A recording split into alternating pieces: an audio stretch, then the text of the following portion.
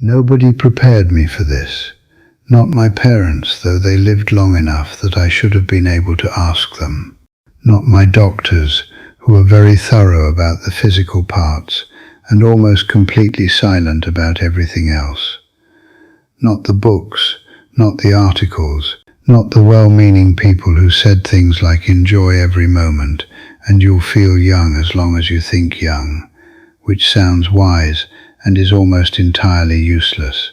Nobody sat me down and told me the actual truth about what getting older would feel like from the inside. The specific daily, unexpected things. Not the illness, I knew there would be illness. Not the physical slowing, I knew there would be slowing. The other things, the ones that arrive quietly and without announcement, and that I was completely unprepared for. And at 74, having now lived through enough of them to understand what they are, I want to tell you what nobody told me. Not to frighten you, depress you, but because I genuinely believe that if someone had told me these things at 50, had sat me down and spoken honestly about what was coming, I would have lived the years between then and now completely differently. And differently, in this case, means better.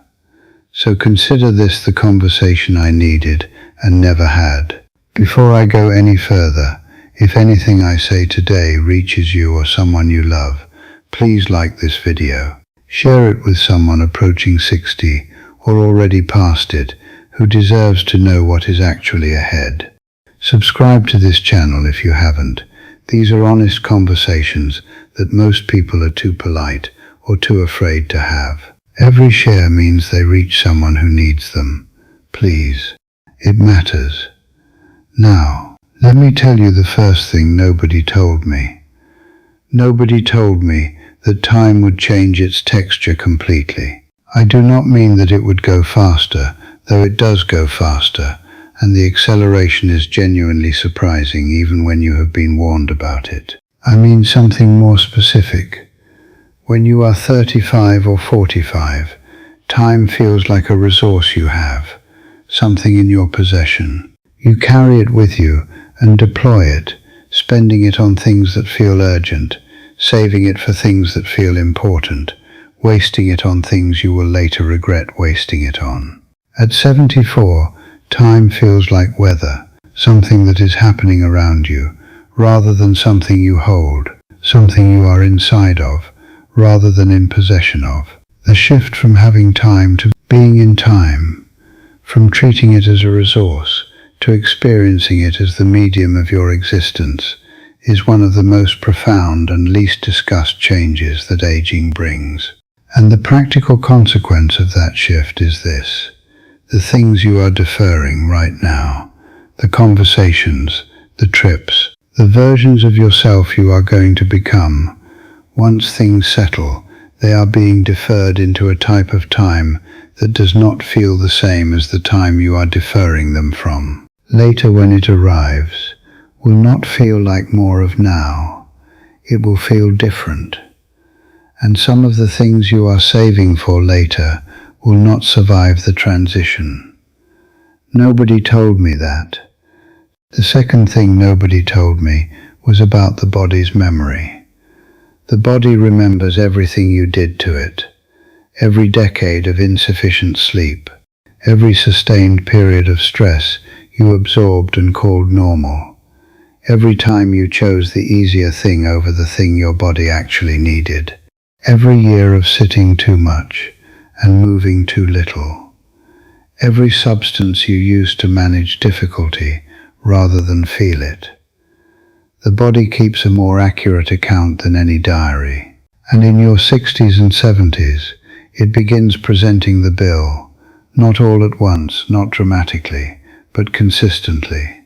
The things you thought you were getting away with, it turns out you were not getting away with. You were borrowing from a future version of yourself who would have preferred not to receive that particular inheritance. Nobody told me clearly enough to actually change my behavior. They said, take care of yourself. They did not say your body is currently writing a letter to your 70-year-old self, and you are choosing the words. Does any of that sound like information you could have used 20 years earlier? The third thing nobody told me was about loneliness. Not the loneliness of being alone. I understood that version of loneliness well enough. The specific loneliness of age. The way the social world shrinks around you, not through any failure of your own, but through the simple arithmetic of time. People die, people move, people's lives restructure around their grandchildren and their health and the geography that those things require. The peer group that was once large and present and casually available becomes smaller each year, and the smallness accumulates in a way that would have been difficult to predict from inside the density of a working life, surrounded by colleagues and acquaintances, and the easy social proximity of shared schedules, and the replacement of what is lost does not happen automatically. It requires active effort, more effort perhaps, than any equivalent effort at 35 or 45 would have, because the structures that used to produce community without any effort from you are gone. Work, school runs, the accidental adjacency of people at a similar life stage doing similar things, all of it gone. And what is left requires deliberate construction. I was not prepared for how much deliberate construction it would require, or for how important it would turn out to be. Nobody told me that the quality of your social world in later life is not something that happens to you. It is something you build, or fail to build. And the building needs to start before you need it urgently. Because urgency is a difficult place from which to build anything. The fourth thing, and this one I find hardest to say because it took me longest to understand, is about identity. At some point in your 60s, the question of who you are stops being answered by what you do. The job ends, the roles shift, the children are grown, the things that had been providing a daily automatic answer to the question of your own identity are no longer providing it. And you are left, possibly for the first time in your adult life, with the question itself. Naked, without the usual answers. Who are you when you are not what you do? For some people that question is exciting, a liberation, an opportunity. For others, and I was one of them, more than I wanted to admit, it is genuinely disorienting, because the answer turns out to be less available than you expected. The self that exists independently of role and function and the daily confirmation of being needed, that self requires development. It requires cultivation over years, and if you have spent your adult life in constant forward motion, perpetually busy, always defined by function, you may arrive at the question without the tools to answer it. I arrived without the tools. I had to develop them late. It would have been better to develop them earlier. Right now, if you are still here, please take 1 second, like this video. Share it with one person who is approaching this territory and deserves to have a map. Subscribe if you haven't. I will be here with the rest of it. The fifth thing nobody told me was the one that surprised me most. There is a specific grief that comes with aging that has nothing to do with loss in the ordinary sense. It is the grief of watching certain possibilities close. Not dramatically, not with a door slamming, just with the quiet, undeniable understanding that certain things will not now happen. Certain versions of yourself that were genuinely possible at 40 are no longer genuinely possible at 70. Certain experiences that you kept as future tense, kept alive as possibilities you had not yet taken up, have quietly expired. That grief is real. It is also, I have found, navigable. But you have to be allowed to feel it before you can navigate it. And nobody tells you it is coming. Nobody names it. And so when it arrives, it can feel like depression or failure or ingratitude rather than what it actually is. The entirely reasonable, emotional response of a person who has lived long enough to understand what time has and has not left available. Naming it helped. Understanding that it was normal helped more. Let me tell you what I would have done differently if someone had told me these things at 50, specifically, because specifically is what matters. I would have treated my relationships as infrastructure rather than backdrop. In the urgency of working life, relationships tend to get the remainder, the energy and attention left over after the primary commitments have been served. I would have reversed that. I would have understood 20 years earlier that the social world I was half maintaining in the background was actually the primary thing. That the colleague I kept meaning to have a proper conversation with and never did, the friend I was going to visit properly when things eased up, the family member I was too busy to call as often as I meant to. These were the material from which the quality of my later life would be built. I would have built more deliberately. I would have built a relationship with stillness. My entire working life was defined by motion forward momentum. The next thing, the productive use of time. Stillness felt like waste. I had no practice with it, no comfort in it. And when the motion slowed, as it inevitably does, I had no capacity for the quiet. I had to develop it in my 60s from almost nothing. It would have been better and easier and more deeply productive to have started at 50. The ability to sit still with yourself, to be in your own company without distraction, to exist in the present moment without immediately reaching for the next one. This is a skill. A deeply valuable, genuinely important skill. And it is one I wish someone had told me to start practicing long before I needed it urgently. I would have made my peace with more things earlier.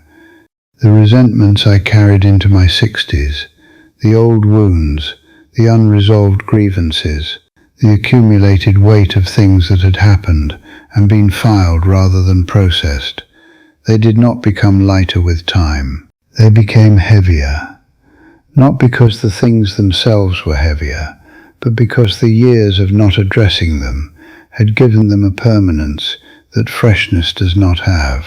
The conversations I should have had at 45 were more difficult to have at 65. Not impossible. I had some of them, and I am grateful, but harder, and some of them I never had. And the weight of the ones I never had is something I carry now. I would have taken the body seriously 30 years earlier, not as a temple, not in the prescriptive, joyless way that phrase implies, but as a partner, as the specific, unrepeatable, irreplaceable physical reality through which every experience of my life would pass. I would have asked it what it needed more often. I would have listened to its signals more carefully. I would have understood that the energy it was providing in my 40s and 50s was not an infinite resource but a loan that would eventually come due. I would have borrowed less recklessly, and I would have asked the people ahead of me more questions, not the polite ones, the real ones. What surprised you? What do you wish you had known? What would you tell me if you were certain I was ready to hear it? Most older people will tell you the truth if you ask for it directly. Most younger people never ask. You are asking now, and that is why I am telling you. Here is what I know now. At 74. After all of it, getting older is not what I expected. It is harder in some ways I did not anticipate, and significantly more interesting in ways I could not have imagined from the outside looking in. The things that frightened me most about it, the physical limitations, the narrowing world, the confrontation with mortality, those things are real. But they arrived alongside things nobody had told me about, things that are genuinely good. the clarity for one. At 74, I have a clarity about what matters and what does not, that I genuinely could not have manufactured at 45, regardless of how thoughtfully I was trying to live. Not because I am wiser in some abstract sense, but because I have been stripped by time and experience and the arithmetic of what remains, of a great deal that was not essential. What is left is clearer for the simplification, the permission for another. At 74, I have a freedom from certain forms of other people's opinions that I spent most of my life trying and failing to achieve. Not because I stopped caring about people, I care more than ever, but because the urgency of other people's judgments has diminished in proportion to the clarity about what actually matters. And the space that opens up when that urgency recedes, the specific, quiet spaciousness of a person who no longer needs to perform for an audience, is one of the genuinely unexpected gifts of age. And the love, I know that sounds simple, but the love that exists in a life that has been long enough to contain real loss and real repair and real understanding of what the people in it actually mean. That love is different in quality from anything available at 35 or 45. Deeper, more specific, less conditional on circumstances being right, more capable of existing without everything being perfect. These things are waiting for you, on the other side of everything I described. I am not telling you this to soften what came before. What came before is real, and you deserve to be prepared for it. I am telling you this so you understand that the preparation I am describing is not defensive. It is not about protecting yourself from something terrible. It is about arriving at something genuinely good, with enough intact to actually inhabit it. Here is the warning, specific and direct, the one that this entire video has been building toward. The time to prepare for the secrets of getting older is not when they arrive. It is now, wherever you are, however far from 74 you currently are. The relationship with stillness, practice it now. The social world you are going to need, build it now. The conversations you are going to wish you had had, have them now. The body that will carry you through everything, tend to it now. The peace you are going to need with the things that have happened, begin making it now. Because the later you address these things, the harder they are to address. And the earlier you address them, the more of your life benefits from the addressing. I did not know that at 50. I am telling you now, please do not need to be 74 to use this information. Please use it now. Today, in the week ahead. Because every year you spend well prepared for what is coming is a year you spend more fully alive inside it. And the years you spend fully alive, present, connected, honest, at peace with what is and has been, those are not the consolation prize of a life that has passed its peak. Those are the peak. Quiet, unhurried, genuine. They are waiting for you. Go build toward them. If this reached something in you, please share it with someone at 50 who needs a map, with someone at 65 who is navigating without one, with someone you love who deserves to know what is actually ahead and how to meet it well. Like this video, subscribe if you haven't, and leave a comment. Tell me what you wish someone had told you earlier, or tell me what this made you want to do differently, starting now. I read every single one. At 74, every comment that tells me this reached someone is the best possible use of the time I have left to give it.